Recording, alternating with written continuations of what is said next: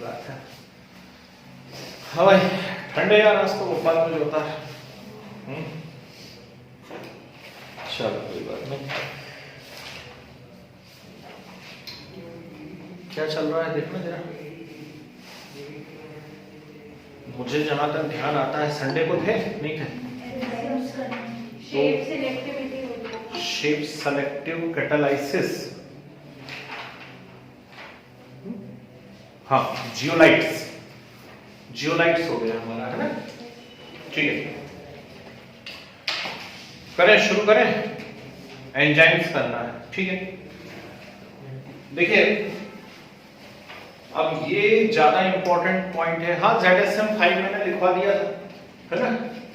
Zeolite CU molecular porosity जो थी उसकी 5 थी और वो एथेनॉल को किसमें कन्वर्ट करने के काम आ रहा था, ऑक्टेन मतलब इसमें अपने पेट्रोल में कन्वर्ट करने के काम आ रहा था। ZSM5 हमने लिखा हुआ लास्ट क्लास में, ठीक है। चलिए तो एक छोटा सा लेकिन बहुत ही इंपॉर्टेंट क्वेश्चन है, दैट इज एंजाइम्स, ठीक है। अब एंजाइम्स क्या है, तो सिंपल सा कंसेप्ट है बायोकैटलिस्ट। एंजाइम्स आर बायोकैटलिस्ट, है ना। और बायोकैटलिस्ट जब भी हम बोलेंगे तो उसका मीनिंग क्या होगा कि बायोलॉजिकल एक्टिविटीज को कैटलाइज करते हैं। सुनना ध्यान से, मैं आपको सिर्फ एंजाइम्स के ढेर सारे एग्जांपल लिखवाऊंगा और डायरेक्ट हम यहां पर एक क्वेश्चन करने वाले हैं, that is difference between enzymes and catalyst. तो जो हम लोगों का डिस्कशन होगा वो डिस्कशन भी वैसे ही होने वाला है। Good afternoon, that is difference between enzymes and catalyst, ऐसे ही अपन डिस्कस भी करने वाले हैं। तो एंजाइम्स क्या है, एंजाइम्स बायोकैटलिस्ट है। कोई भी चीज अपन ने ली, मान लीजिए रोटी खा रहे हैं, नॉर्मल रोटी की बात कर लेते हैं, कुछ उसमें नमक वमक नहीं डाला हुआ हम लोगों ने, बस ऐसे ही आटा लिया हुआ है, आटे से रोटी बनाई और हमने उसको डायरेक्ट चबाना चालू कर दिया। अब रोटी को जब आपने चबाना चालू करा तो थोड़ी देर तक जब आप लगातार चबाते रहे तो आपको वो रोटी मीठी मीठी महसूस होने लगेगी, है ना। क्या मान इतना एक्सपेरिमेंट करते हो नहीं करते हो, लेकिन होगा ऐसा। ऐसा क्यों होगा, क्योंकि हमारा जो सलाइवा है, सलाइवा के अंदर क्या है, टाइलिन, है ना, या सलाइवरी अमाइलेज। तो वो सलाइवरी अमाइलेज या टाइलिन क्या कर रहा है, स्टार्च का हाइड्रोलाइसिस कर दे रहा है। और स्टार्च का हाइड्रोलाइसिस हो रहा है, ठीक है ना। हाँ ब्रेक डाउन बोल दीजिए या हाइड्रोलाइसिस बोल दीजिए। तो किसके ऊपर वर्क कर रहा है, स्टार्च के ऊपर। अब यहां से बक्कल कैविटी से खाना पहुंचा अंदर, बीच में इजोफेगस है, इजोफेगस में कुछ नहीं होता है। इजोफेगस तो सिर्फ एक पाइप है, उस पाइप का काम क्या है, बक्कल कैविटी से स्टमक तक पहुंचाना पूरे फूड मटेरियल को। स्टमक में जैसे ही पहुंचे वहां पर क्या है, एसिडिक मीडियम है। और जैसे ही एसिडिक मीडियम आया तो तुरंत जो आपका सलाइवरी अमाइलेज या टाइलिन था, इसकी फंक्शनिंग रुक गई, इसने वर्क करना बंद कर दिया और वहां पे स्टमक में दूसरे एंजाइम्स एक्टिवेट हो गए। HCl नहीं, HCl ने एसिडिक मीडियम करा है, हम अभी एंजाइम्स की बात कर रहे हैं। तो स्टमक में जाकर के दूसरे एंजाइम्स एक्टिवेट हो गए और जिन्होंने क्या करा, स्टार्च का डाइजेशन रोक दिया और अब प्रोटीन का डाइजेशन स्टार्ट कर दिया है। अब यह इंपॉर्टेंट कांसेप्ट क्या आ रहा है, इतने दिन से हम लोग कैटलिस्ट पढ़ रहे हैं, लगभग 1-2 क्लासेस हमारी कैटलिस्ट के ऊपर हुई। किसी भी दिन याद करो हमने पीएच को लेकर के कोई बात की थी क्या, नहीं। कहां करी, पीएच को लेकर के कोई बात नहीं करी हम लोगों ने। हेबर प्रोसेस पढ़ ली, ओस्टवाल्ड प्रोसेस पढ़ ली, डीकन प्रोसेस पढ़ ली, फिडल-क्राफ्ट प्रोसेस पढ़ ली, इतनी सारी रिएक्शन पढ़ी हुई है। किसी भी रिएक्शन में पीएच को लेकर के कोई बात नहीं मिली। लेकिन एंजाइम शुरू होते समय आपसे क्या बोल रहा हूं कि बक्कल कैविटी में तो टाइलिन वर्क कर रहा था, लेकिन जैसे ही स्टमक में पहुंचा वहां पर एसिडिक मीडियम आया और टाइलिन की फंक्शनिंग क्या हो गई, वहां पर रुक गई। मतलब कैटलिस्ट और एंजाइम के बीच में बहुत बड़ा डिफरेंस होता है और वो डिफरेंस ये है कि enzyme works only at a specific pH, लेकिन कैटलिस्ट की वर्किंग के लिए ऐसी कोई भी रिक्वायरमेंट नहीं होती है, ठीक है ना। तो पहला पॉइंट हमने बोला कि एंजाइम्स जो हैं ये बायोकैटलिस्ट होते हैं और कैटलिस्ट जो होते हैं ये नॉर्मल केमिकल रिएक्शन को कैटलाइज करते हैं। सेकंड पॉइंट हम लोगों ने बोला यहां पर क्या, कि enzymes are highly specific in nature. पिछली क्लास में इस मामले में बात हो चुकी है। एंजाइम्स हाईली स्पेसिफिक नेचर के हैं, जबकि कैटलिस्ट जो हैं, कैटलिस्ट सिर्फ स्पेसिफिक है। चलो इस पॉइंट को एक्सप्लेन कर दो जरा जल्दी से। Enzymes are highly specific in nature का मीनिंग क्या होगा? किसी एक ही रिएक्शन पे काम कर सकते हैं, सिर्फ और सिर्फ एक ही रिएक्शन के ऊपर वर्क कर सकते हैं एंजाइम। ठीक है, जैसे मान लीजिए सलाइवरी अमाइलेज या टाइलिन है, तो सिर्फ और सिर्फ बक्कल कैविटी में ही काम कर सकता है और वो सिर्फ स्टार्च के ऊपर ही काम कर सकता है बस। लेकिन कैटलिस्ट में जैसे हम प्लेटिनम की बात करें, तो ऐसी बहुत सारी केमिकल रिएक्शन हमें मिल जाएंगी जिनमें प्लेटिनम क्या कर रहा है, एज अ कैटलिस्ट वर्क कर रहा है। क्लियर? एंजाइम्स के लिए जो ऑप्टिमम टेम्परेचर होता है वो 37 डिग्री सेल्सियस होता है। यस, बहुत टेम्परेचर। ऑप्टिमम का मीनिंग क्या होता है? Optimum means what? Sir highest yield. Optimum means most favourable. ठीक है ना? हाँ, ऐसा भी बोल सकते हैं, हाईएस्ट यील्ड जिस पे मिले, या मोस्ट फेवरेबल टेम्परेचर जो है, जैसे हमारा जो ह्यूमन की हम बात कर रहे हैं तो हमारा बॉडी टेम्परेचर भी ऑलमोस्ट इतना ही है, तो ये मोस्ट फेवरेबल टेम्परेचर है, इसके ऊपर एंजाइम्स बहुत अच्छे से वर्क करते रहेंगे। लेकिन जब आप कैटलिस्ट की बात करते हैं, ठीक है ना, नहीं डेफिनेट टेम्परेचर नहीं, मोस्ट फेवरेबल टेम्परेचर, ये ज्यादा सही टर्म है। मोस्ट फेवरेबल टेम्परेचर बोलना है ऑप्टिमम को अपने को, है ना? ठीक, इसके ऊपर भी ऐसा नहीं कि उनकी वर्किंग रुक जाती है, लेकिन धीरे धीरे वो वर्क करना बंद करने लगते हैं, गड़बड़ करने लगते हैं, इसलिए तो फीवर आने लगता है जब, तो हमको दिक्कत होने लगती है, नहीं तो मजा नहीं आने लगेगी। और फीवर आ गया, चलो मेरा तो 105 डिग्री आ गया, मैं बहुत खुश हूं आजकल, ऐसा कहां होता है ना?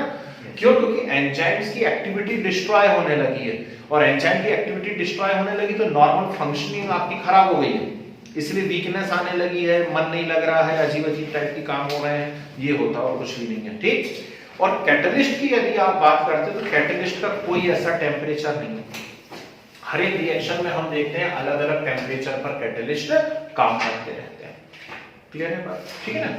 नेक्स्ट एक बहुत इंपॉर्टेंट स्टेटमेंट होता है, यदि कोई बीच में बायो वाला होगा तो उसको तुरंत समझ में आएगा कि all enzymes are proteins.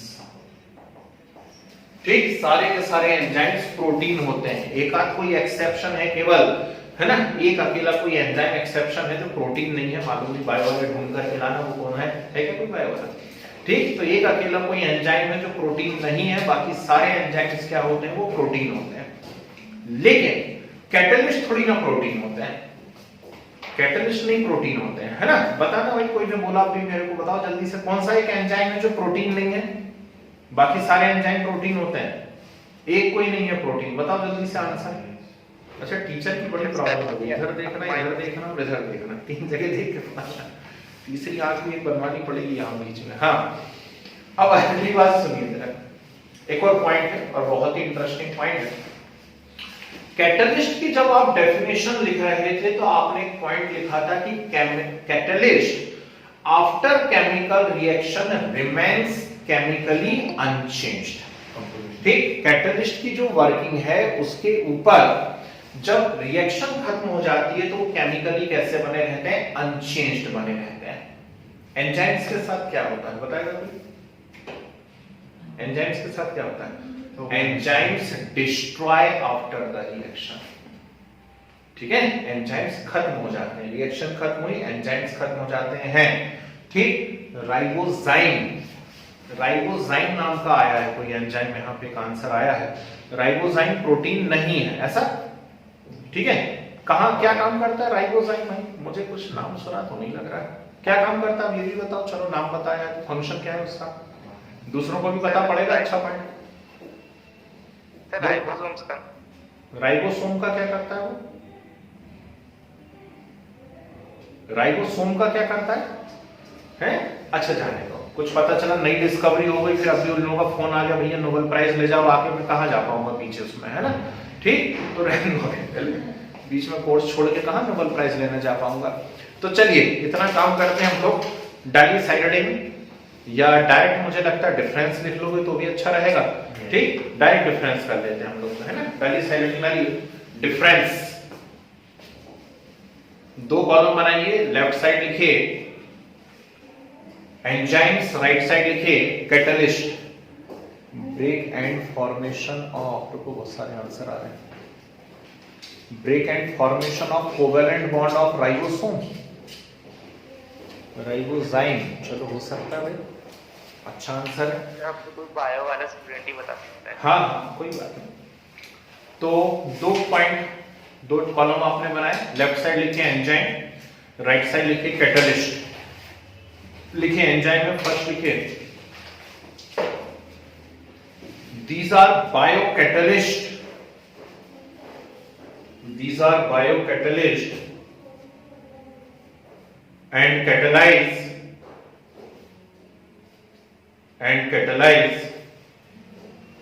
biochemical reactions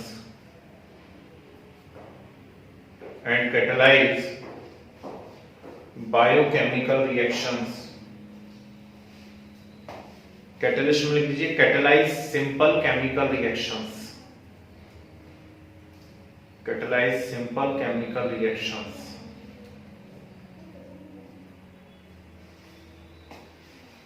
next enzymes में मैंने कहा फर्स्ट पॉइंट था एंजाइम में, enzymes are biocatalyst means catalyse biochemical reactions.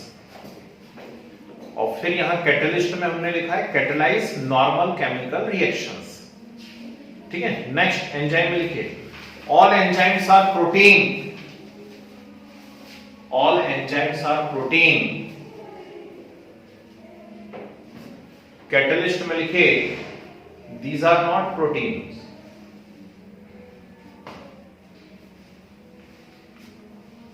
these are not proteins। next enzyme very high molecular mass, बहुत इंपॉर्टेंट पॉइंट है भाई, वेरी हाई मॉलिक्यूलर मास। यहां लिखिए comparatively very low, comparatively very low. Next highly specific in nature, highly specific in nature means one enzyme can catalyze only, one enzyme can catalyze only one reaction, one enzyme can catalyze only one reaction। ठीक है, यहां लिखे not very specific.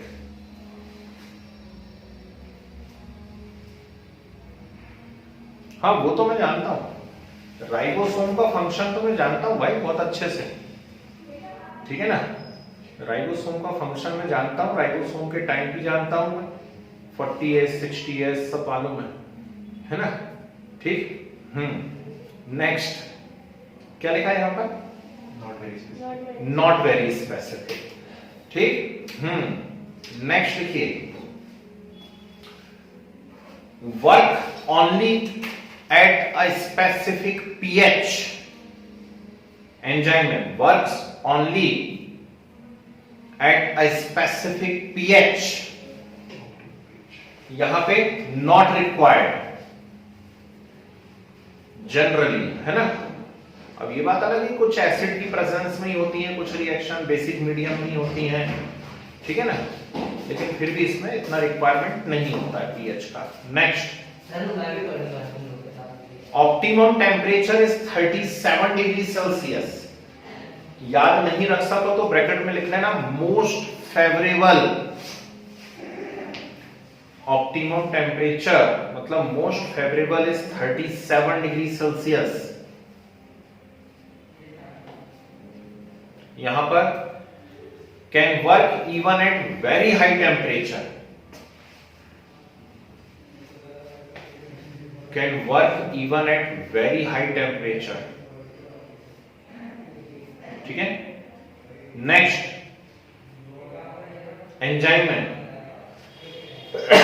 destroy after the reaction, destroy after the reaction।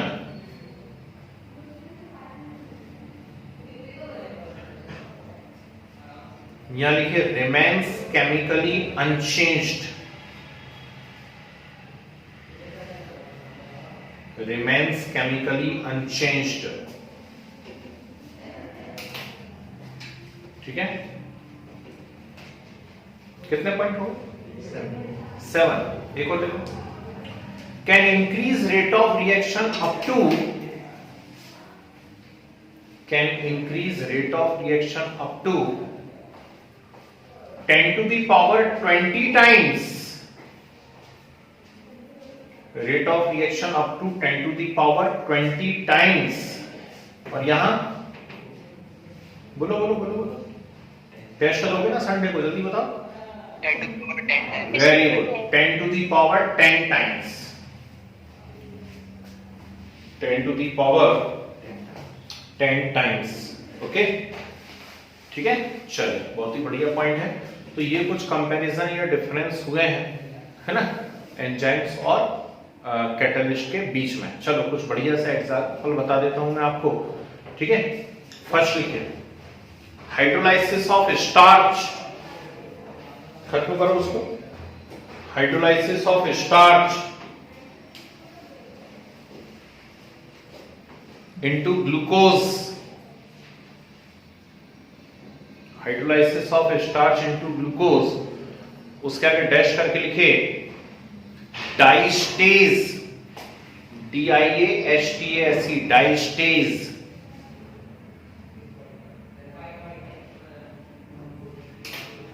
Next, hydrolysis of maltose into glucose. Maltose into glucose, maltase. Maltase मेरे ख्याल से ऊपर starch को maltose में कन्वर्ट करता है. डाइस्टेज जो है वो ग्लूकोज नहीं, माल्टोज आना चाहिए ऊपर, है ना. Hydrolysis of starch into maltose, diastase, है ना. सेकंड क्या लिखा? Hydrolysis of maltose into glucose. कौन है? Maltase. Next, fermentation of glucose into ethanol. Fermentation of glucose into ethanol. कौन है? बोलो. Invertase. जाइमेज. जाइमेज, ठीक है. नेक्स्ट, जाइमेज, है ना. Next, hydrolysis of sucrose. Hydrolysis of sucrose into glucose and fructose. Into glucose and fructose. अब बोलो कौन है? बोलिए. Invertase. Invertase, inversion of cane sugar. भूल गए? ठीक है, 8 तारीख को रिजल्ट आएगा तभी याद आएगी लगता है ना. नेक्स्ट देखिए, decomposition of urea into ammonia. Decomposition of urea into ammonia. Urease, UREASE, urease. Next, conversion of ethyl alcohol into acetic acid. Conversion of ethyl alcohol into acetic acid.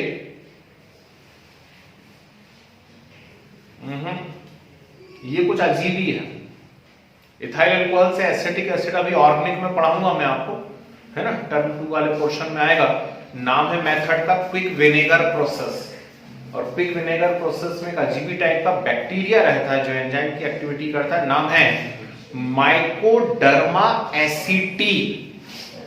लिखो नाम, mycoderma, MYCODERMA, mycoderma aceti, ACETI, mycoderma aceti. Next, conversion of milk into curd. वो ethanol से acetic acid है ऊपर, mycoderma aceti. Next, milk into curd, बोलो जल्दी। Lactobacillus. Very good, lactobacillus, lactobacillus. Next, conversion of protein into peptide in stomach, conversion of protein into peptide in stomach, चलो बोलो कौन? Very good, लिख लीजिए पेप्सिन, शाबाश, पेप्सिन। और एक और ले लें, इतनी जिद कर रहे हैं तो, conversion of protein into amino acid, into amino acid in intestine, in intestine, trypsin, trypsin. ठीक है, डिफरेंस क्या आएगा स्टमक में और इंटेस्टाइन में? क्या डिफरेंस आ रहा है, जल्दी से बताएं। सर स्टमक में acidic medium. Very good, stomach में एसिडिक मीडियम है और स्मॉल इंटेस्टाइन में जो है वो बेसिक मीडियम है ना। वहां से बाइल जूस चले आ रहे हैं गॉल ब्लैडर पे से और वो एल्कलाइन कर देते हैं पूरा मीडियम, कहां पर? स्मॉल इंटेस्टाइन में। और लार्ज इंटेस्टाइन में तो कोई डाइजेशन होता नहीं है, लार्ज इंटेस्टाइन का ऐसा कोई बहुत बड़ा रोल तो है नहीं, है ना। लास्ट लिख लो, खत्म करें। Carbonic acid into CO2 and H2O, carbonic acid into CO2 and H2O, नाम है कार्बोनिक एनहाइड्रेज।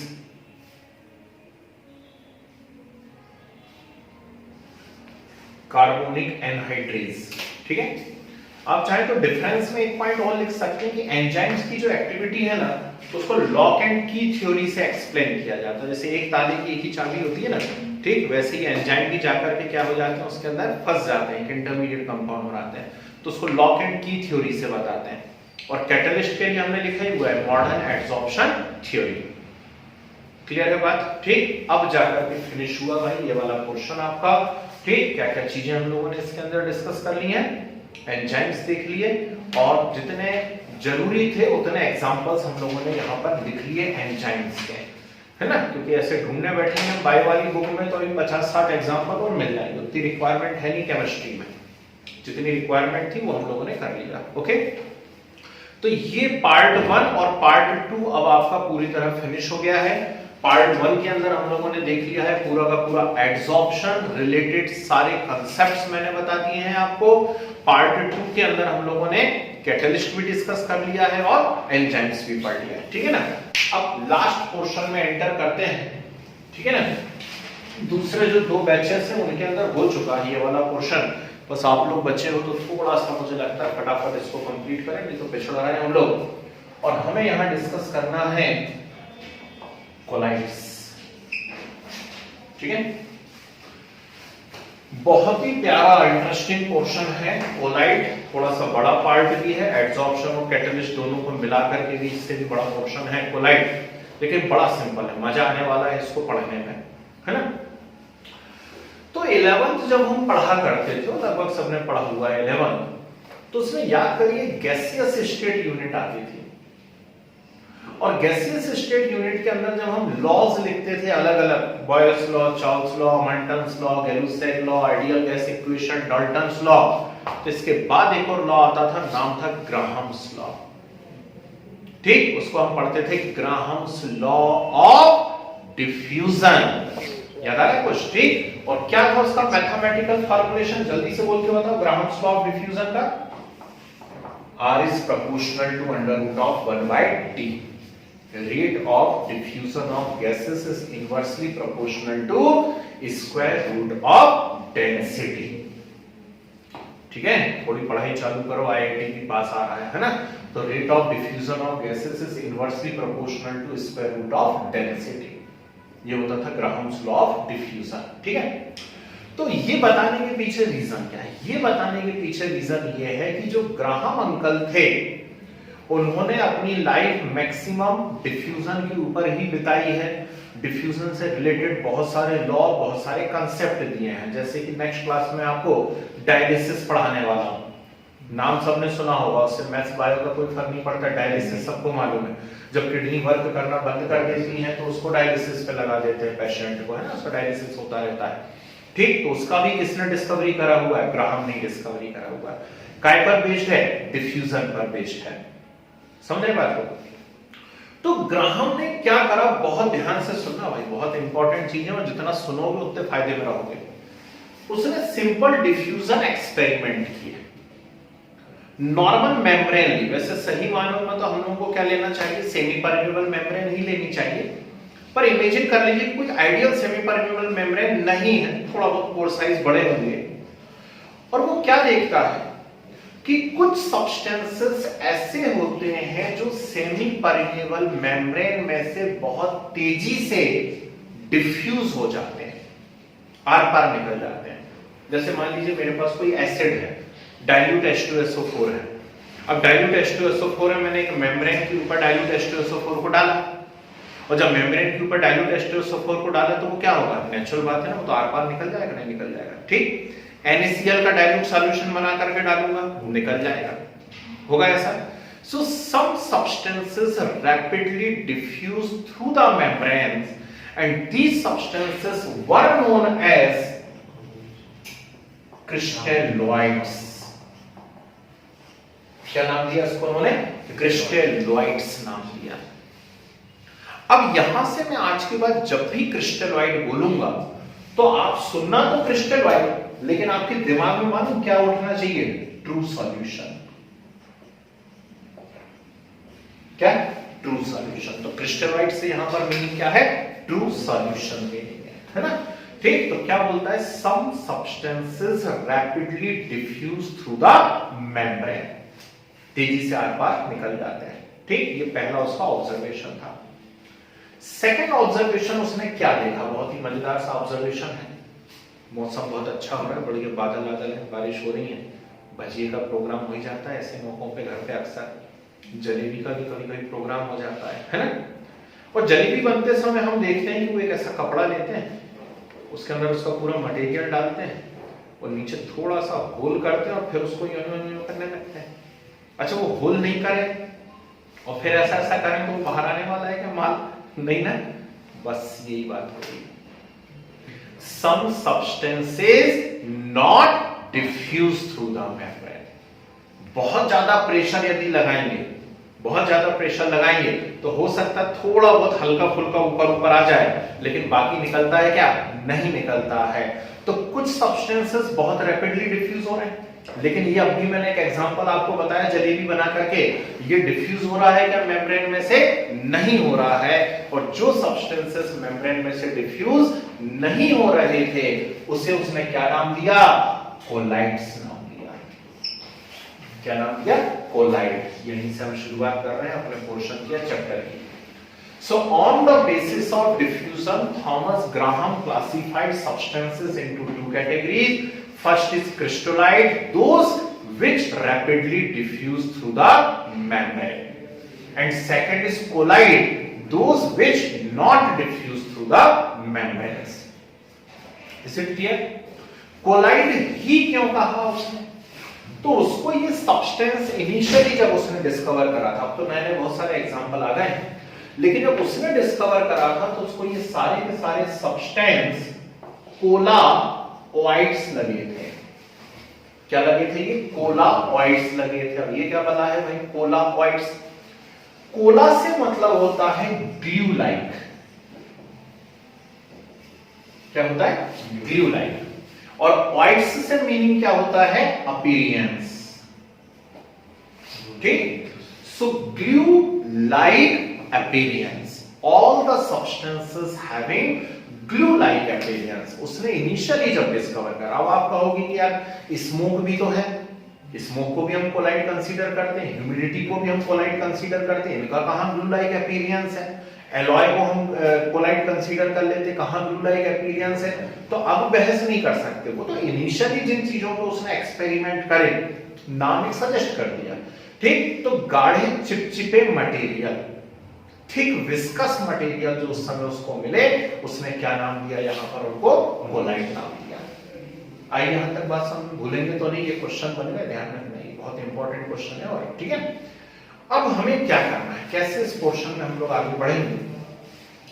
तो पहली जो बात और पहली जो चीज हम लोग डिस्कस करने वाले हैं वो है colloidal state is an intermediate state. बहुत इंपॉर्टेंट क्वेश्चन और यदि सब्जेक्टिव होने वाला है उसके लिए तो ये बड़ा ही इंपॉर्टेंट है कि कोलाइडल स्टेट को क्या कंसीडर किया जाता है, इंटरमीडिएट स्टेट। क्या होता है मैं बता रहा हूं।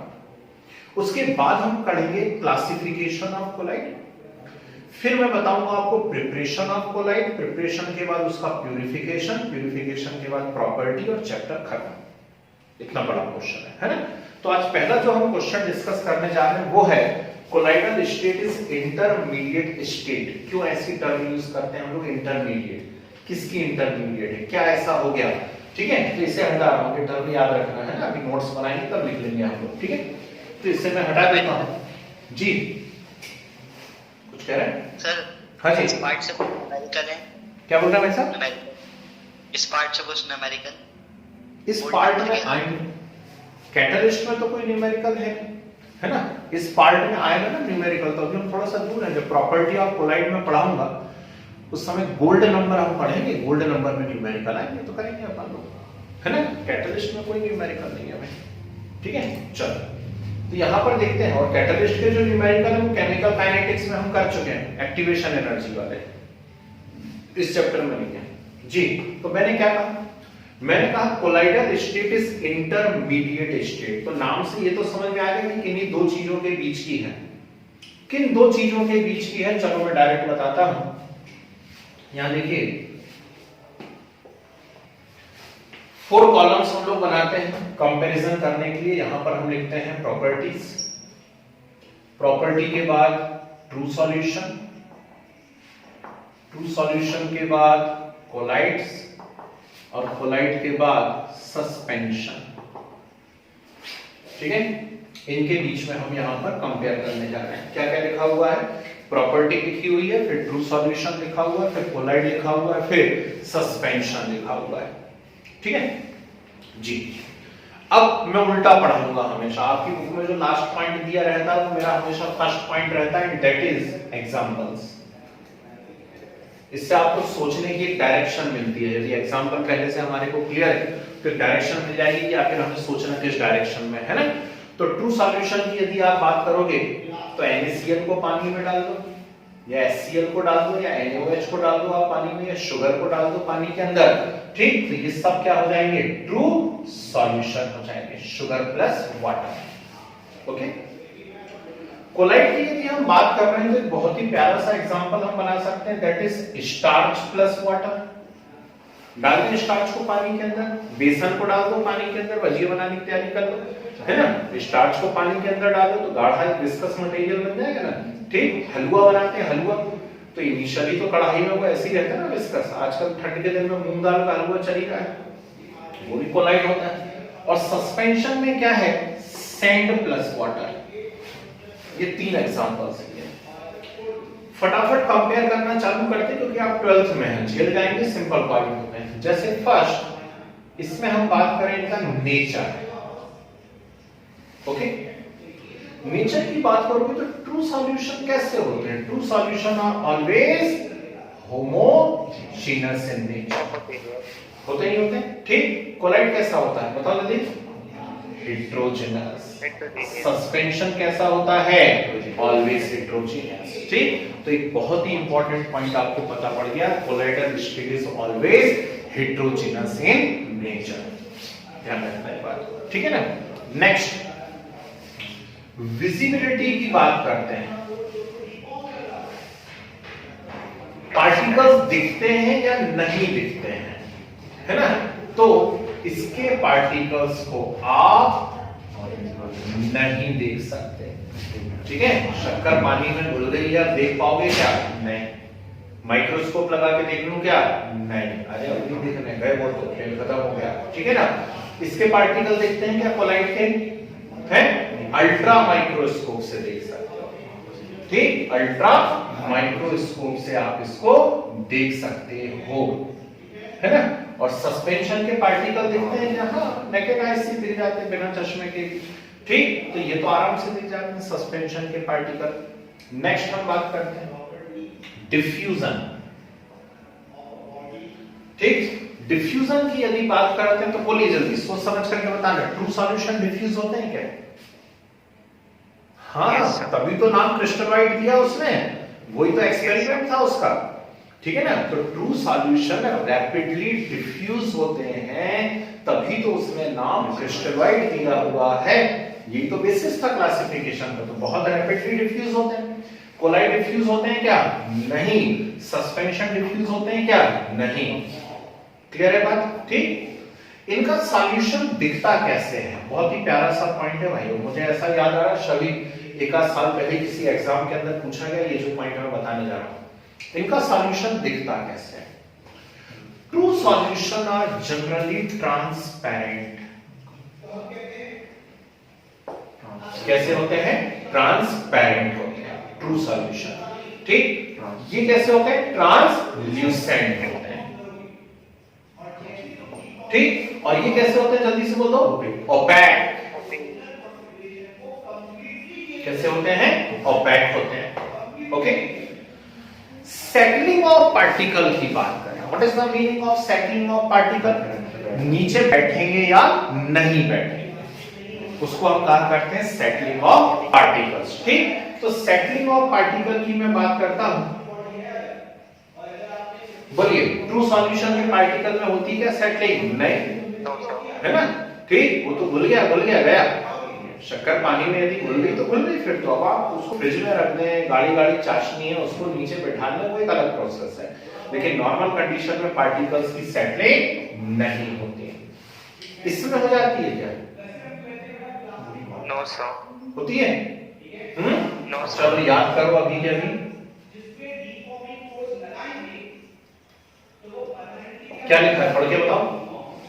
सेंट्रीफ्यूगेशन। बोलो कितनों ने नाम नहीं सुना, जरा बताओ जल्दी से। सेंट्रीफ्यूगेशन सुना है नहीं सुना है? गोल गोल घुमाना तेजी से। मिक्सचर आपके घर में रखा हुआ होगा, मिक्सचर ग्राइंडर वगैरह क्या करते हैं? तेजी से घुमा देते हैं। वॉशिंग मशीन क्या कर रही है? तेजी से घुमा दे रही है, ठीक है ना। तो सेंट्रीफ्यूगेशन यदि करोगे, तेजी से घुमा दोगे आप उसको, तो कोलाइडल पार्टिकल नीचे बैठ जाएंगे, नहीं तो नॉर्मल कंडीशन में नहीं बैठेंगे। क्लियर है बात, ठीक। सस्पेंशन में क्या होता है? जी बिल्कुल सही है, सेंट्रीफ्यूज मशीन कहलाती है। इसमें क्या होता है? सस्पेंशन में क्या होता है? वैसे अंडर ग्रेविटी नीचे बैठ जाते हैं, ठीक। उनसे रिक्वेस्ट भी नहीं करनी पड़ती है, वो अंडर ग्रेविटी ही नीचे बैठ जाते हैं। क्लियर है बात, ठीक। बहुत ही अजीब पॉइंट चल रहे हैं यार, ये तो चल कहानी चल रही है। अच्छा कोई बात नहीं। इसको पहचानते हो क्या? रॉबर्ट ब्राउन को पहचानते हो? ब्राउनियन मूवमेंट नाम सुना है क्या? नहीं सुना हुआ है? सबने सुना होगा ब्राउनियन मूवमेंट है। और जब भी ब्राउनियन मूवमेंट बोलता हूं तो सबके दिमाग में आ जाता होगा जिगजैग मूवमेंट। सुना है? नहीं सुना है तो पढ़ेंगे इस चैप्टर के अंदर, हम लोग पढ़ेंगे, अंदर जाएंगे। देखो कितने सारे आंसर आ रहे हैं। जिगजैग मोशन, बिल्कुल सही बात है। जिगजैग मोशन या जिगजैग मूवमेंट को हम क्या कहते हैं? Brownian movement. ट्रू में होती है क्या? नहीं, ठीक। ट्रू में नहीं होती है, ब्राउनियन मूवमेंट नहीं होती है ट्रू में। कोलाइड में होती है क्या? है? यस, कोलाइड की ही तो कैरेक्टरिस्टिक है, ठीक। कोई भी कोलाइड तभी तक कोलाइड होता है जब तक उसके अंदर क्या हो रही हो? Brownian movement. यदि उसकी ब्राउनियन मूवमेंट को आपने रोक दिया तो फिर वो कोलाइड नहीं रह जाएगा। आई या नहीं बात समझ में, ठीक। तो ब्राउनियन मूवमेंट होता है, कोलाइड का कैरेक्टरिस्टिक होता है। सस्पेंशन में होता है क्या? बोलो जल्दी से। है? हो भी सकता है और नहीं, दोनों बातें होती हैं। हो भी सकता है, नहीं, ठीक है ना। तो ये पॉइंट ध्यान रखना है आपको। चलो एक और पॉइंट भैया ने अभी कहा, आप लोगों तक आवाज नहीं पहुंची होगी। क्या कहा इन्होंने? टिंडल इफेक्ट, ठीक। बोलो, ये तो आप फिजिक्स में पढ़ ही लिया होगा।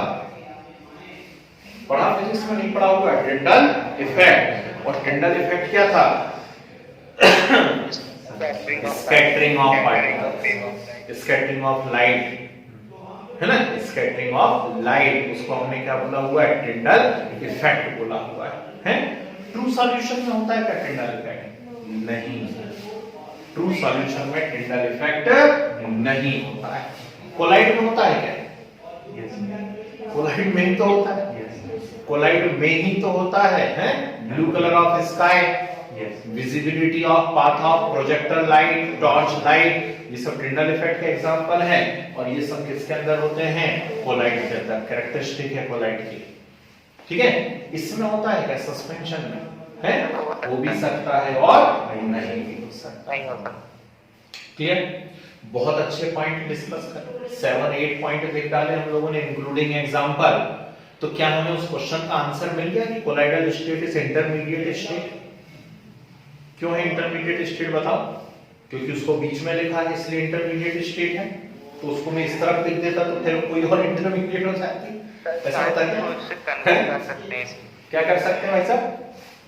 सर मतलब को इनकी प्रॉपर्टीज चेंज करके हम उसको ट्रू सॉल्यूशन में शायद बदल सकते हैं। चलो सुनो, बहुत ही इंपॉर्टेंट सी बात है, ध्यान से सुनिएगा। जिस पॉइंट के कारण इंटरमीडिएट स्टेट कहते हैं वो तो मैंने बताया ही आपको, क्योंकि वो पहले बता देता तो इंटरेस्ट खत्म हो जाता, फिर बाकी पॉइंट पढ़ने का मतलब ही नहीं रहता। क्वेश्चन अभी ऐसा कैसा वहीं पे बैठा हुआ है कि why colloidal state is known as intermediate state, है जी। तो यहां देखिए सबसे इंपॉर्टेंट पॉइंट आता है, that is size of particles. क्या आता है? साइज ऑफ पार्टिकल, ठीक। ट्रू सॉल्यूशन में जो पार्टिकल साइज होता है वो लेस देन 1 नैनोमीटर होता है, लेस देन 1 नैनोमीटर। सस्पेंशन में जो पार्टिकल साइज है वो मोर देन 1000 नैनोमीटर होता है, ठीक है। तो बताओ कोलाइड में कितना होता है? 1 to 1000 नैनोमीटर। और इस पॉइंट को आप घोट लीजिए और बताइए अपने आप को कि since the size of colloidal particle is in between true solution and suspension, that's why it is known as intermediate state। अब दूसरा दिमाग के अंदर बस नहीं, ठीक। तो ये क्वेश्चन एक इंपॉर्टेंट क्वेश्चन है भाई, पहले बहुत पूछा करते थे। अब पिछले 2-3 सालों से क्या गड़बड़ हो गई थी? पिछले 2-3 सालों से इस चैप्टर को ऑब्जेक्टिव चैप्टर घोषित कर दिया गया था, तो इस चैप्टर में से सिर्फ एमसीक्यू आया करते थे, है ना। तो एमसीक्यू आया करते थे, सवाल ही नहीं उठता इतना सब लिखने का, कोई एक बीच के पॉइंट पूछ लिया करते थे। अब फिर से यदि आपका सब्जेक्टिव होना है तो नेचुरल बात है, फिर तो अच्छा क्वेश्चन है, प्यारा क्वेश्चन है, ठीक। तो चैप्टर की इस पोर्शन की शुरुआत समझ में आई, एक अलग ही चैप्टर मानते हैं हम तो कोलाइड को, ठीक है। तो हमने पहले देखा क्रिस्टलॉइड्स क्या होते हैं, फिर देखा कोलाइड क्या होते हैं, फिर नेक्स्ट पॉइंट हमने डिस्कस करा कि कोलाइडल स्टेट को हम इंटरमीडिएट स्टेट क्यों कहते हैं। क्लियर है बात? पहले हम इतना निपटा लेंगे प्रोग्राम, तब हम जाकर के नेक्स्ट क्वेश्चन पर आते हैं, है ना। तो चलिए शुरू करते हैं। दैट इज सेंटर रीडिंग आनी जरा बढ़िया तरीके से। कोलाइड। सर जी भाई साहब बोलिए। सर हम लोग की ऑफलाइन कब चालू होगी? होगी, चिंता नहीं करो, बहुत जल्दी, अच्छे दिन आने ही वाले हैं। बस डालो हेडिंग सेंट्रल हेडिंग कोलाइड। बहुत बुरा पढ़ा था ऑनलाइन में, है ना। तो देखिए देखो, on the basis of diffusion experiment,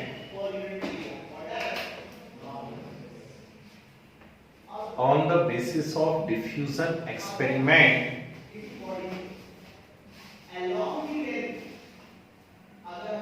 Thomas Graham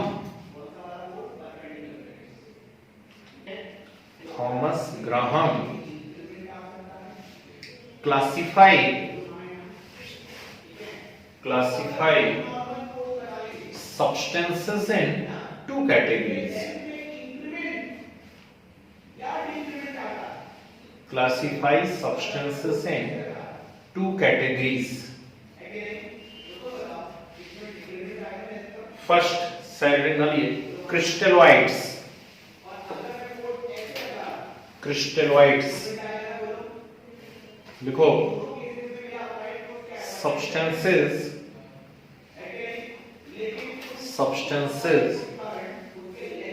which rapidly diffuse through the membranes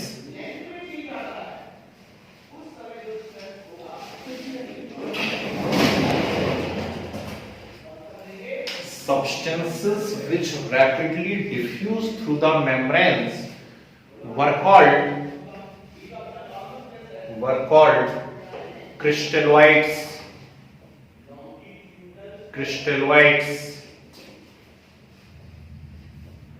small bracket में लिख लीजिए ट्रू सॉल्यूशन,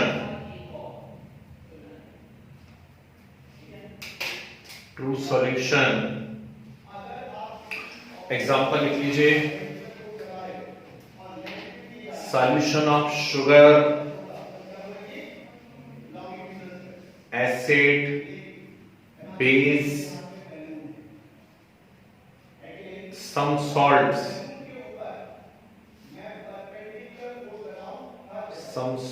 सम क्यों लिखवा दिया?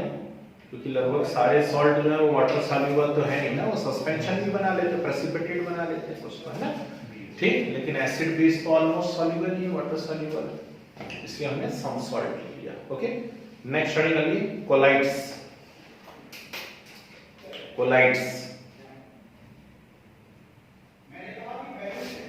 लिखिए substances which not diffuse through the membranes,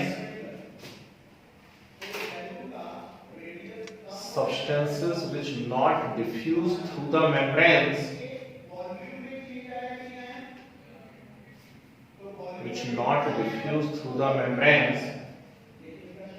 were called colloids.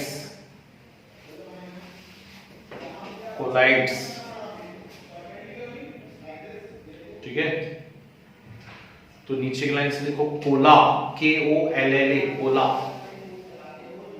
Equal to glue like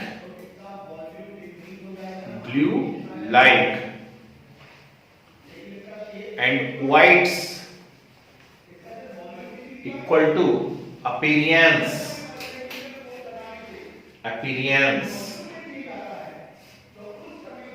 तो arrow बना के लिखिए, so according to Thomas Graham,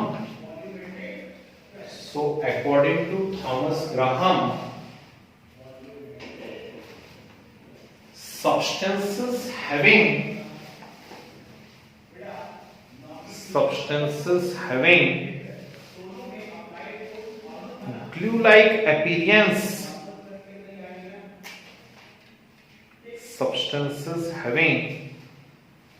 glue-like appearance, were called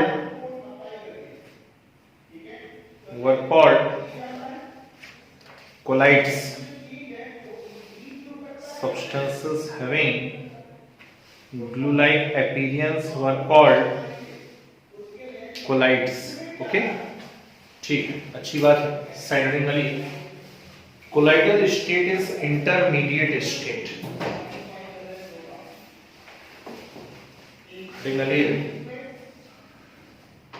Colloidal state is intermediate state.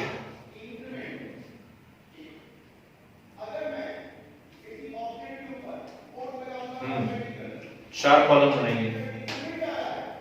First सबसे छोटा रहेगा, उसमें प्रॉपर्टी, बाकी के तीनों इक्वल साइज के, ट्रू सॉल्यूशन, कोलाइड्स, सस्पेंशन।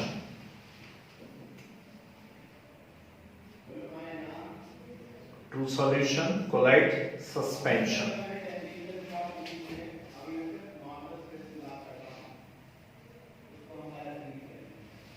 चलिए बढ़िया।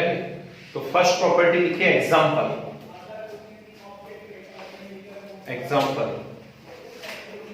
ऐसे ही शुरू करना है। ट्रू सॉल्यूशन में शुगर प्लस वाटर,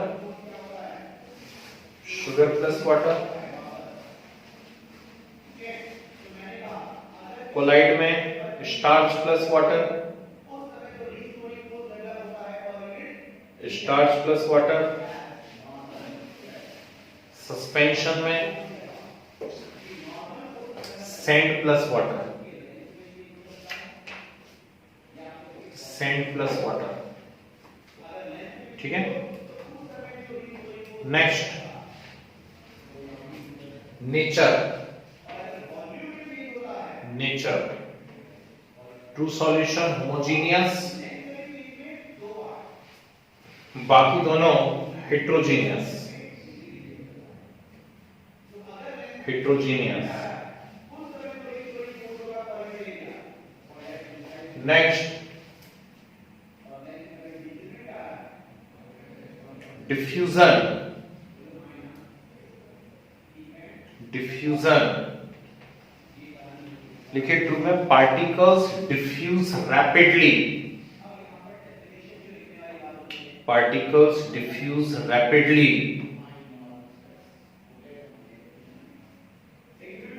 यहां लिखे नो डिफ्यूजन, सस्पेंशन में भी नो डिफ्यूजन, कोलाइड में नो डिफ्यूजन, सस्पेंशन में भी no diffusion. Next visibility of particle,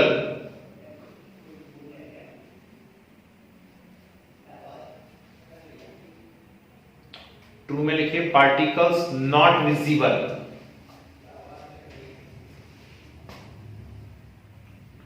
particles not visible.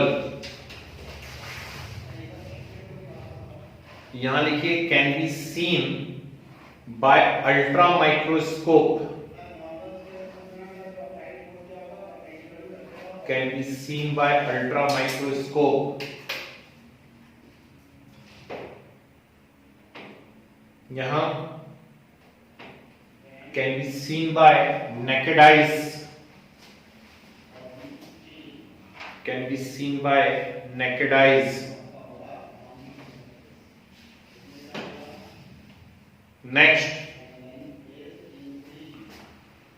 Filtration, छानेंगे, फिल्ट्रेशन। बोलो छानोगे ट्रू सॉल्यूशन को? Not possible, not possible. Colloid को छान लोगे? दिन भर छान रहे हो कंटिन्यूअसली 24/7, कहां? किडनी में, ठीक। ब्लड को छान रहे हैं, नहीं छान रहे? किडनी के अंदर कौन सी प्रोसेस होती है, क्या नाम है उसका? अल्ट्रा फिल्ट्रेशन, ठीक है। तो कोलाइड में लिखिए बाय अल्ट्रा फिल्ट्रेशन, है ना। बोर्ड पे भी डिस्कस करना भूल गए थे, इसलिए अलग से बता दिया बाय अल्ट्रा फिल्ट्रेशन। तो यहां क्या बोलोगे? ऑर्डिनरी फिल्टर पेपर, जरूरी पेपर हो, ऑर्डिनरी फिल्टर भी लिख सकते हो, ऑर्डिनरी फिल्टर्स, ठीक है। Next appearance, appearance true solution में लिखेंगे ट्रांसपेरेंट, ट्रांसपेरेंट। कोलाइड में translucent, suspension opaque, opaque. Next settling of particles, settling of particles। True solution लिखे पार्टिकल्स नॉट सेटल डाउन,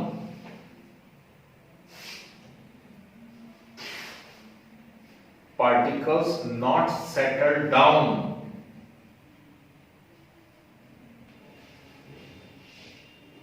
यहां बोलिए settle down by centrifugation, settle down by centrifugation। यहाँ बोलिए settle under gravity. ऐसे के लिए एक टर्म यूज करना पड़ेगा हमको, settle under gravity. Next, Brownian movement. Brownian movement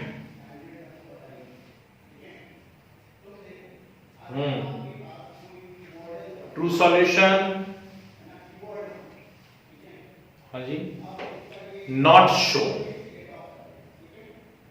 true solution not show, होती होगी पर दिखती नहीं है, ठीक है, क्योंकि वो पार्टिकल्स की तो जिगजैग मूवमेंट है, जब पार्टिकल ही नहीं दिख रहे तो ब्राउनियन कहां से दिखेगी, है ना। नॉट शो, इसमें दिखती है, यस। क्या लिखोगे, हाँ रुको, तो यस नहीं लिखना, क्या लिखोगे, कैरेक्टरिस्टिक। कोलाइड में लिखो कैरेक्टरिस्टिक। बहुत बड़ी बात है ब्राउनियन मूवमेंट का होना, ठीक। और सस्पेंशन में मे और मे नॉट शो, सस्पेंशन में मे और may not show. Next, come on, Tyndall effect. Tyndall effect, बोलिए, सेम टू सेम ऊपर जो पॉइंट लिखे हुए हैं। ट्रू सॉल्यूशन में नॉट शो, कोलाइड में कैरेक्टरिस्टिक, और सस्पेंशन में मे और मे नॉट शो। कितने पॉइंट हो गए, सारे कवर हो गए, हो गए सारे कवर हो गए, ठीक है। चलिए, तो सबसे इंपॉर्टेंट कितने हो गए पॉइंट, हाँ, मतलब सबसे इंपॉर्टेंट पॉइंट ही बचा, बाकी तो हो गए ना कवर, ठीक है। डाली सैनडी में क्यों डिफ्यूजन वाला पॉइंट लिखिए, नहीं लिखिए, लिखिए ना, ठीक है ना। तो लिखिए अब सबसे important point, size of particles. Size of particles,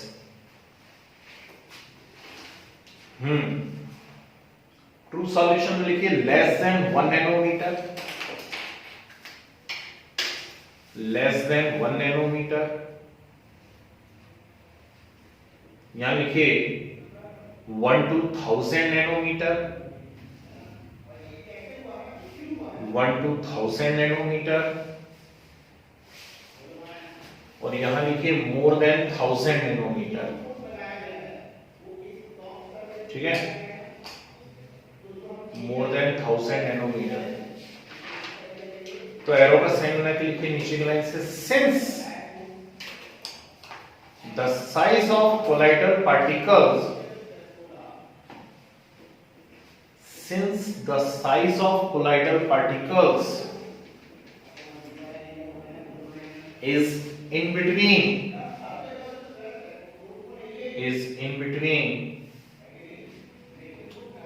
true solution and suspension,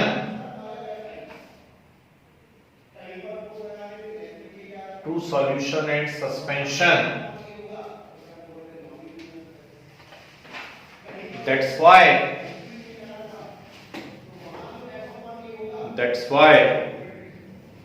it is known as, very good, that's why it is known as intermediate state, that's why it is known as intermediate state, ठीक है, बहुत सही। तो यहां से अब आपके question की, कोलाइड वाले चैप्टर की या क्वेश्चन की शुरुआत होनी है। सबसे पहली बात जो हम लोगों ने लिखी हुई है, ये इंटरमीडिएट स्टेट क्यों है, और दूसरा पॉइंट याद रखना, बार बार यूज होगा, क्रिस्टलॉइड्स क्या है। तो एक्चुअली हम ट्रू सॉल्यूशन के लिए टर्म यूज कर रहे हैं, दैट इज क्रिस्टलॉइड, ठीक है। चलिए, तो क्वेश्चन की शुरुआत करते हैं। साइरोडिनली जरा, साइरोडिनली phases of colloid, PHASES, PHASES, phases of colloid।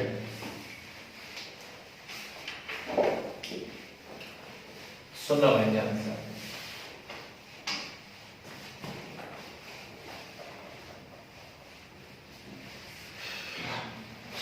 यदि आप ईमानदारी से पढ़ाई करते हैं और टर्म 1 अच्छे से दिया है, पढ़ाई करके दिया, तो आपको एक यूनिट जरूर मिली होगी और उस यूनिट का नाम होगा सॉल्यूशन। मिलेगी सॉल्यूशन तो मिलेगी।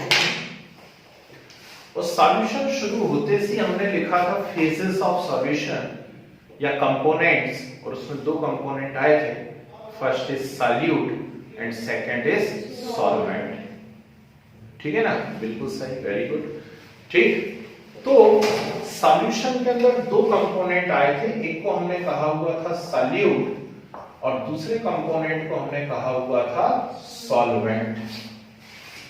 ठीक है, अब सॉल्यूट और सॉल्वेंट टर्म यदि आप यूज करते हैं तो वो टर्म एक्चुअली यूज की जाती है होमोजेनियस सिस्टम के लिए। सुनना ध्यान से मैं क्या बोल रहा हूं। यदि आप सॉल्यूट सॉल्वेंट टर्म यूज कर रहे हैं तो ये टर्म किस लिए यूज की जाती है? होमोजेनियस सिस्टम के लिए। लेकिन कोलाइड तो एक हेटेरोजेनियस सिस्टम है ना? तो हेटेरोजेनियस सिस्टम है तो यहां पर हम सॉल्यूट और सॉल्वेंट टर्म यूज नहीं करते। चीज वही है, चीज सॉल्यूट ही है, दूसरा सॉल्वेंट ही है, बस टर्म चेंज हो रही है। यहां हम सॉल्यूट को कहा करते हैं डिस्पर्स्ड फेज। ठीक है, क्या कहते हैं आप इसको? डिस्पर्स्ड फेज कहते हैं। और जो सॉल्वेंट है इसे हम कहा करते हैं डिस्पर्शन मीडियम। समझ गए बात को? तो 2 टर्म निकल करके सामने आती हैं, first is dispersed phase and second is dispersion medium. Dispersed phase मतलब होता है सॉल्यूट और डिस्पर्शन मीडियम से मतलब क्या है यहां पर? सॉल्वेंट। ठीक, इसको सॉल्यूट वाली जो फेज है ना, डिस्पर्स्ड फेज, इसको डिसकंटीन्यूअस फेज या इंटरनल फेज भी कहते हैं, और इसको हम कंटीन्यूअस फेज या एक्सटर्नल फेज भी कहते हैं। तो ये टर्म भी हमको मालूम होना चाहिए। ठीक है ना, ऊपर वाली इंटरनल है, नीचे वाली एक्सटर्नल है, ऊपर वाली डिसकंटीन्यूअस है, नीचे वाली कंटीन्यूअस है। अब क्या होगा? ये तो सिंपल से 1 मार्क्स के क्वेश्चन हो गए फेजेस ऑफ कोलाइड। यहां हमें पढ़ना है क्लासिफिकेशन ऑफ कोलाइड, और क्लासिफिकेशन ऑफ कोलाइड में 3 बेसिस हम लोग बनाएंगे। फर्स्ट बनाएंगे on the basis of physical state, ठीक वैसे जैसे सॉल्यूशन में भी बनाया था। पहला क्लासिफिकेशन था फिजिकल स्टेट। दूसरा होगा इसमें on the basis of amount, है ना? तो यहां पे जैसे वहां पे बना था अनसैचुरेटेड, सैचुरेटेड, सुपर सैचुरेटेड, तो यहां पर अमाउंट तो नहीं बोलते हम, साइज बोला करते हैं, on the basis of size. तो 3 टाइप बन जाएंगे, मैक्रोमोलिकुलर, मल्टीमोलिकुलर एंड एसोसिएटेड। ऐसा वही का वही क्लासिफिकेशन। और तीसरा आएगा on the basis of nature, मतलब जल्दी से सॉल्वेंट में घुल रहा है या नहीं घुल रहा है। जैसे स्टार्च को पानी में डाला, फटाफट पेस्ट बन गया, लेकिन गोल्ड को या सिल्वर को पानी के अंदर डालूंगा तो पेस्ट बनेगा क्या? नहीं ना। तो ऐसे नेचर के बेसिस पे। क्लियर? कैसे क्वेश्चन आएंगे अभी कुछ बोल नहीं सकते भाई, क्योंकि पार्ट तो इंपॉर्टेंट है, लेकिन अब पूरा चार्ट बनाने को आपको आएगा या कोई 1 मार्क्स के कोई छोटे-छोटे क्वेश्चन पूछेंगे, अभी तो सीबीएसई को ही नहीं मालूम हमें पूछना कैसे है ना? तो हम तो अपनी तैयारी रखते हैं पूरी की पूरी, हमारे पास प्रॉपर चीजें होनी चाहिए, जैसा पूछना पूछ लें। तो क्लासिफिकेशन में पहली जो हम बात पढ़ने जा रहे हैं, that is on the basis of physical state. ठीक, किस किस की physical state? Dispersed phase and dispersion medium.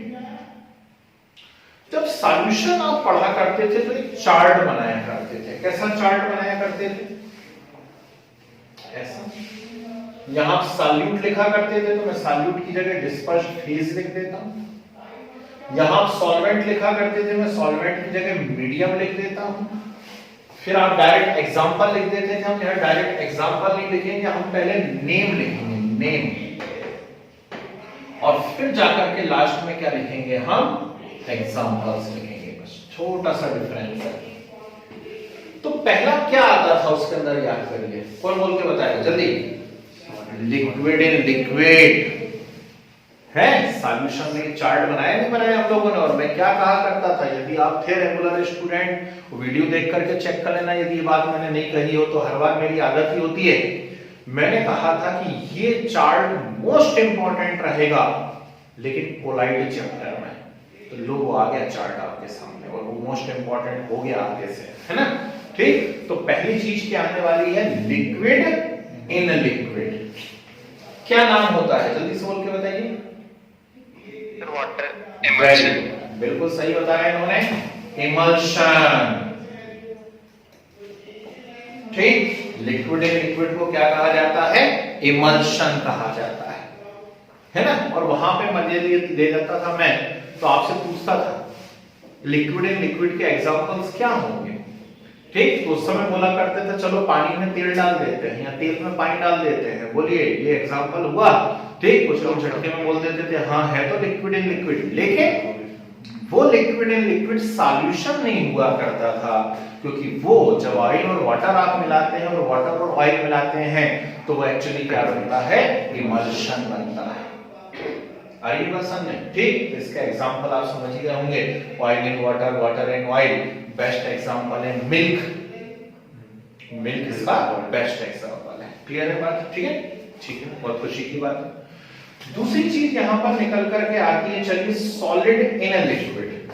क्या कहते हो सॉलिड इन लिक्विड को, शाबाश, वेरी गुड, बिल्कुल सही बताया भैया ने, सॉल कहते हैं इसको। तो सॉल याद रखना, sol is not short form of solution, है ना। ठीक, सॉल जो है वो सॉल्यूशन का शॉर्ट फॉर्म नहीं है, सॉल सॉल है।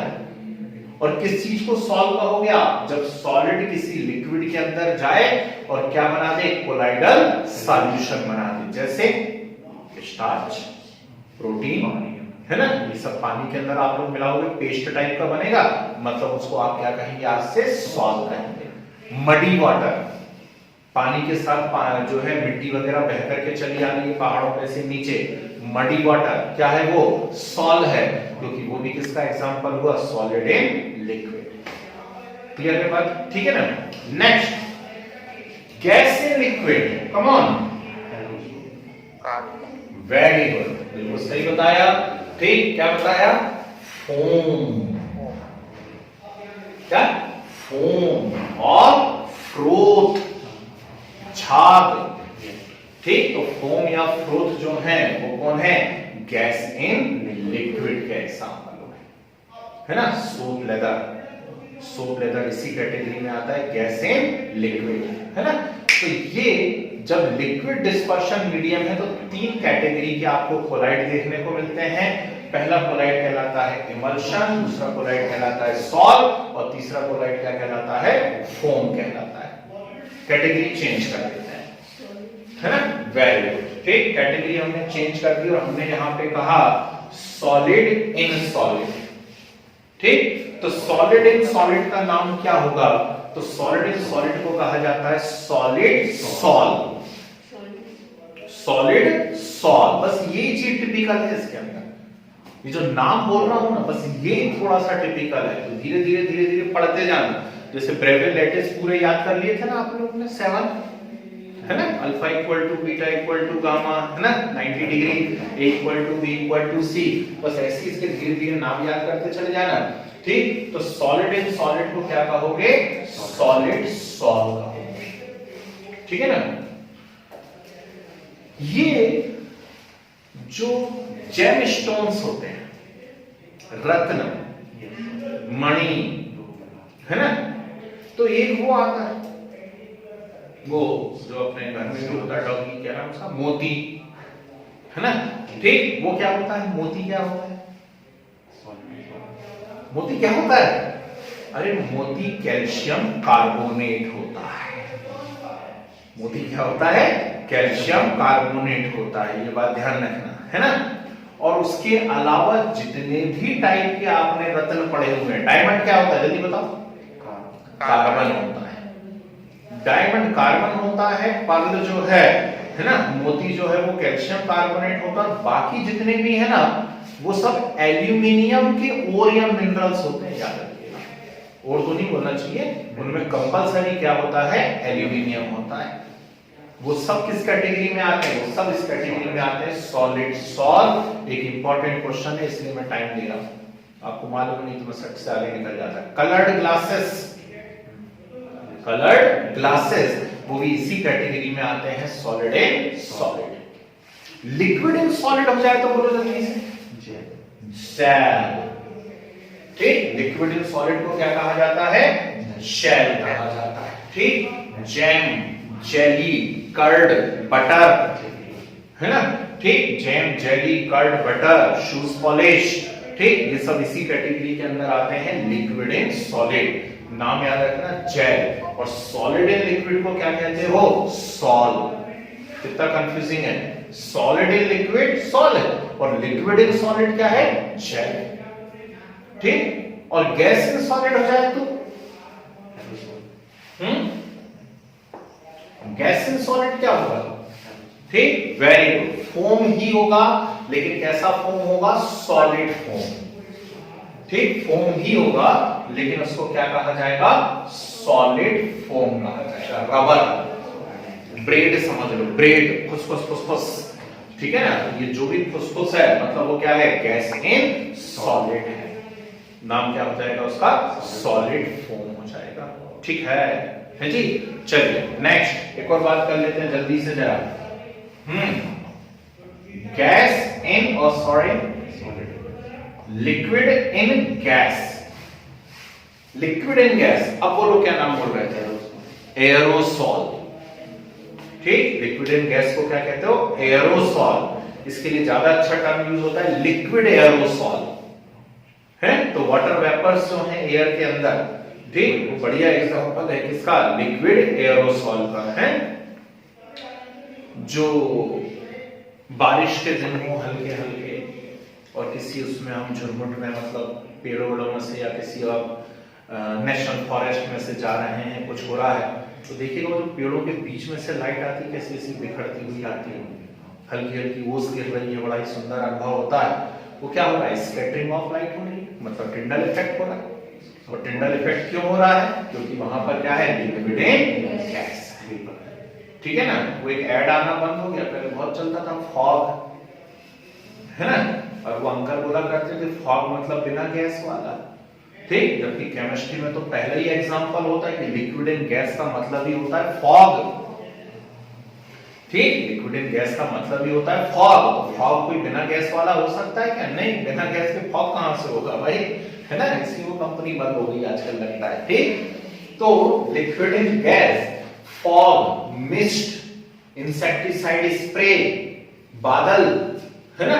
ये सब क्या है? ये सब लिक्विड एग्जांपल है। ठीक, और सॉलिड इन गैस कर दें तो जल्दी बोलो, सॉलिड इन गैस कर दें तो हाँ, सॉलिड एरोसॉल। क्या कहोगे? Solid aerosol. ठीक, आप कितनी कोशिश कर लें प्योर एयर नहीं हो सकती हमारे पास, है ना? आप घर के अंदर ही कितना ही क्लोज घर हो, दरवाजा लगा करके रखो, किसी रूम को आप खाली छोड़ दो, खोलो ही मत 10-15 दिन, बाद में आप आकर के देखोगे तो उसमें धूल मिलेगी आपको चीजों के ऊपर। कहां से आ रही? मतलब है डस्ट है। ठीक, तो बस डस्ट है मतलब क्या है? Solid aerosol. धुआं, स्मोक, स्मोक क्या है? Carbon particles in air, solid aerosol. आई सारी बातें समझ में? ठीक, अच्छा गैस इन गैस कर दूं तो क्या होगा? है? नहीं होगा। क्यों नहीं होगा? रीजन भी बता दीजिए। गैस तो सी मतलब homogeneous. Yes, homogeneous. Gas in gas is always homogeneous in nature. ठीक, जबकि हमारे पास कैसा सिस्टम होना चाहिए? हेट्रोजेनियस। तभी हम उसको क्या कंसीडर करेंगे? कोलाइड कंसीडर करेंगे। आया मोजक? समझ में आई बातें? चलो फटाफट नोट्स बनाते हैं जरा, है ना? क्योंकि भयंकर जम से इंपॉर्टेंट चार्ट है, जल्दी जल्दी लिखेंगे नहीं तो समय कम पड़ जाएगा। डायलिटिंग फेजेस ऑफ कोलाइड। ठीक, लिखिए, colloidal system is heterogeneous system. Colloidal system is heterogeneous system and consist following two phases and consist following two phases. First said earlier, dispersed phase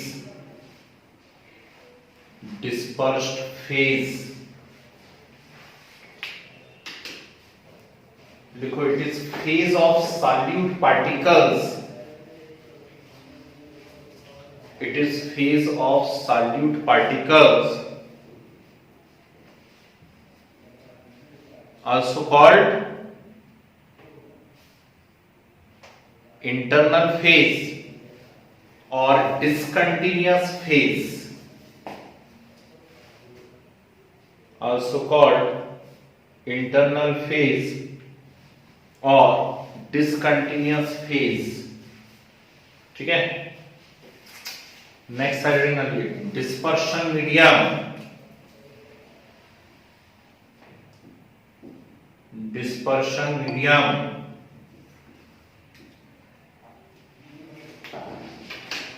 देखिए it is phase of solvent particles,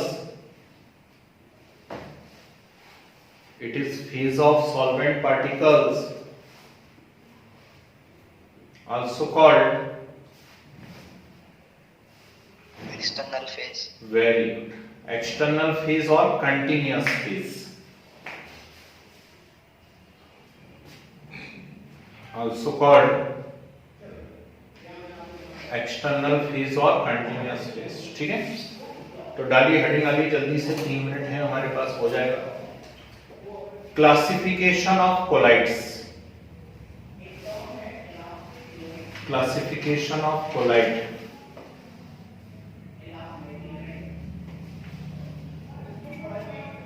इसमें first heading ये on the basis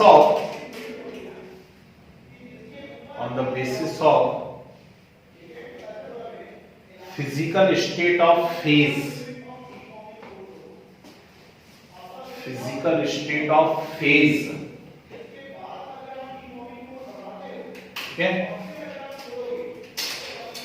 4 column बनाना, ध्यान रखना last column सबसे बड़ा होना चाहिए example वाला, क्योंकि फर्स्ट सेकंड में तो इतना चाहिए, L L G G S S तो लिखना है आपने। तो पहले में dispersed phase, second dispersion medium, third name और fourth example.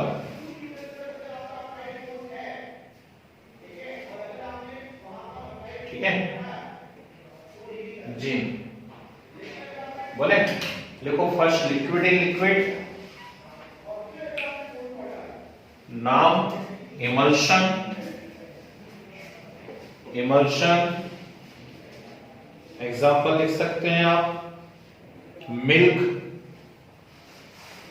Milk, oil in water, water in oil, OWW लिख दो, oil in water, water in oil, many medicines, cough syrup वगैरह जो है ना, सब इमल्शन ही तो होते हैं। Next solid in liquid, solid in liquid नाम लिखिए सॉल, सॉल, ठीक। एग्जांपल लिख लीजिए, starch, protein in water, starch protein in water, muddy water, muddy water,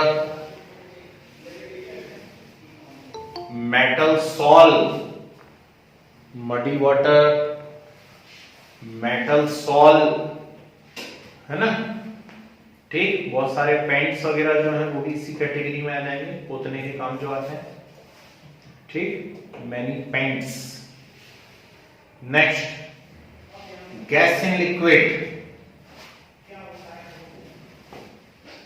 gas in liquid नाम है फोम, फोम, ठीक।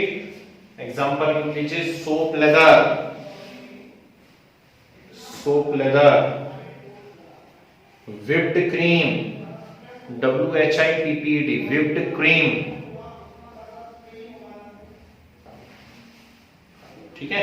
फोम को फ्रोथ भी कहा जाता है, कभी कभी ध्यान रखना, फ्रोथ भी कह सकते हैं। Next solid and solid, solid and solid, solid sol, solid sol. Example, gemstones, colored glass, gemstones, colored glass, alloy,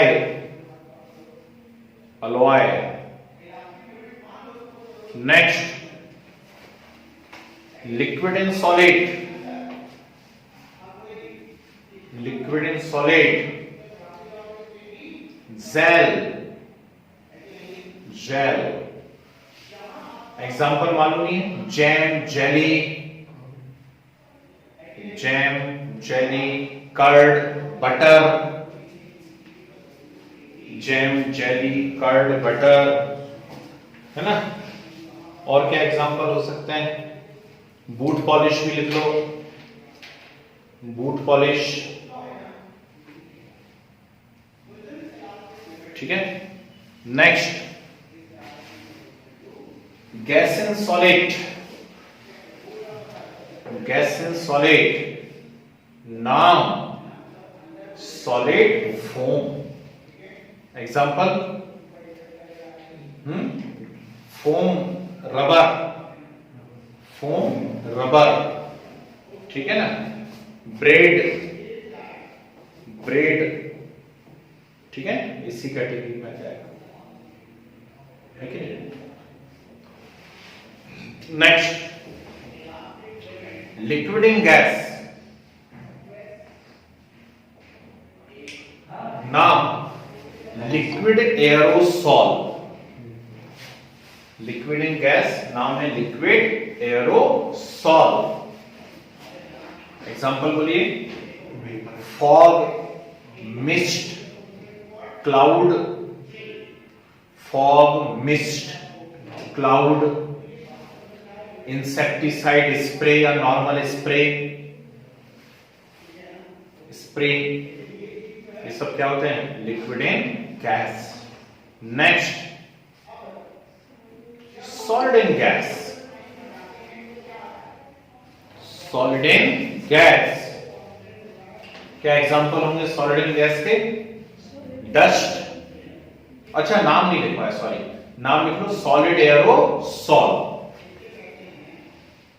नाम है सॉलिड एरोसॉल, ठीक है। और इसका बेस्ट एग्जांपल क्या है? स्मोक है, डस्ट है, स्मोक और डस्ट, ठीक है, बढ़िया। तो ये बहुत ही इंटरेस्टिंग क्वेश्चन, क्लासिफिकेशन हमने कर लिया कोलाइड का। एक स्पेशल पॉइंट लिख लीजिए, gas in gas is not colloid, gas in gas is not collide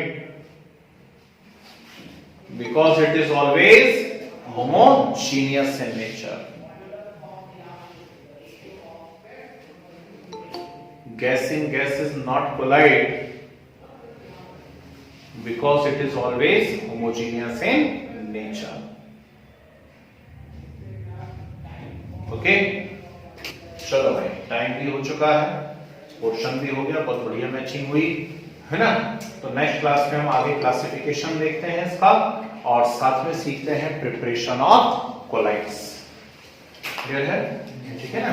चलिए आज देखते हैं यहीं पे इसको, बाकी नेक्स्ट क्लास में डिस्कस करते हैं, ठीक।